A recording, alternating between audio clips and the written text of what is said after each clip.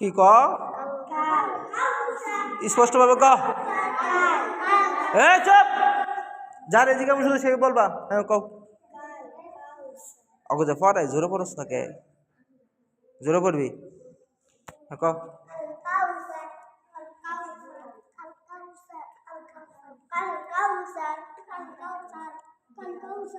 সার সার সার জিভ বাবা করেছে লজ্জা লাগে জোরে করতে না রে নাকি বাড়ি দিমু